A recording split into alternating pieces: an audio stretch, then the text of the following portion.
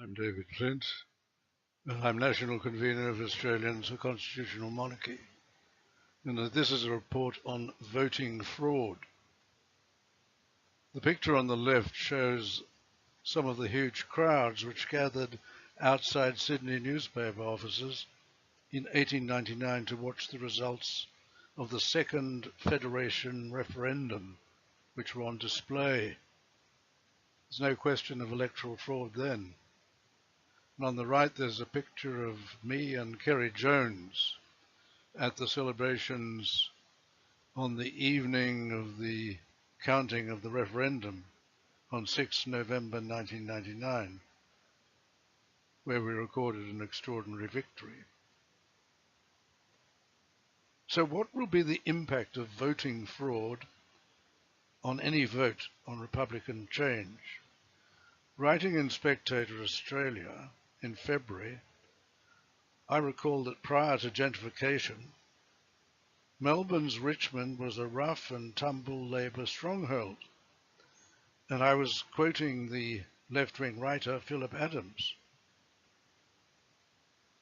He writes that the Tammany Hall operatives at the town hall in Richmond ensured that if you were dead, you weren't. You stayed on the roll and you voted Labour. In fact, this is a great ALP skill, as Gough Whitlam reminded Joe Reardon when he lost the seat of Phillip in Sydney's East.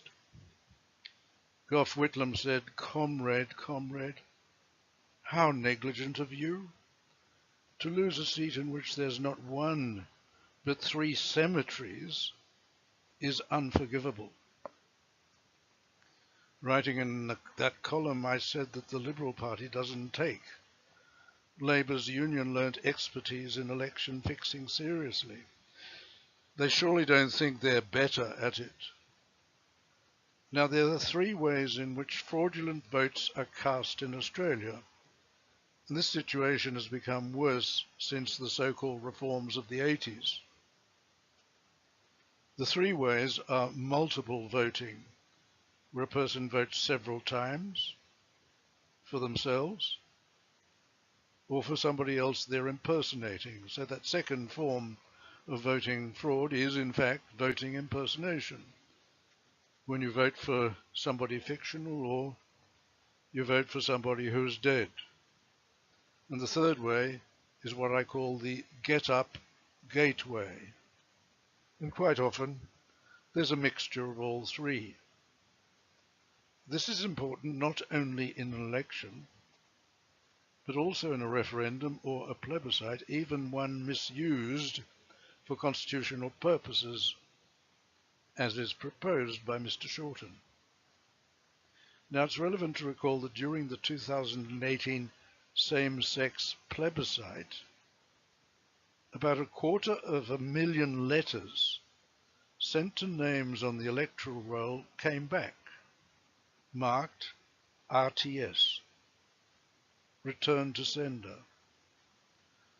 Inexplicably, the ABS, the Australian Bureau of Statistics, didn't send them to the Electoral Commission to mark them off. The Electoral Commission didn't get them.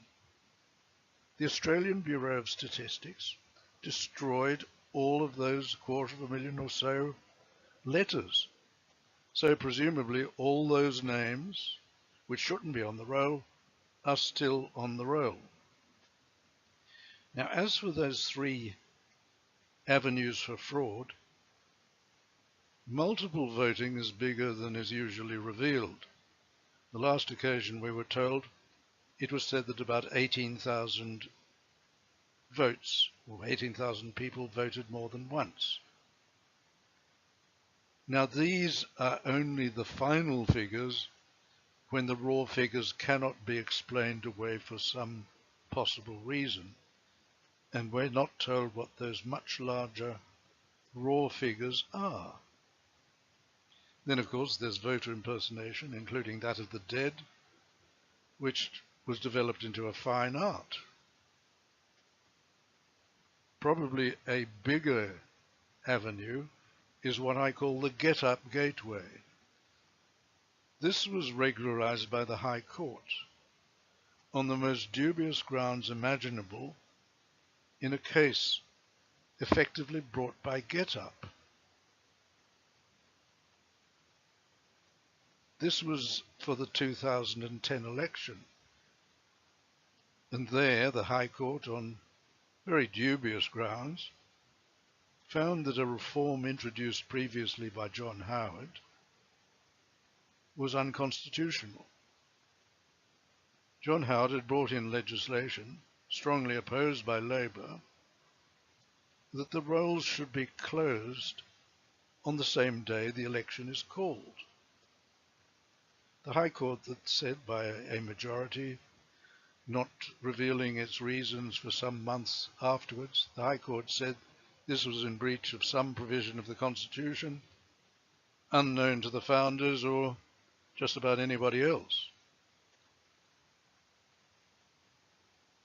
After the case, Get-Up boasted that they'd got 100,000 extra names onto the roll.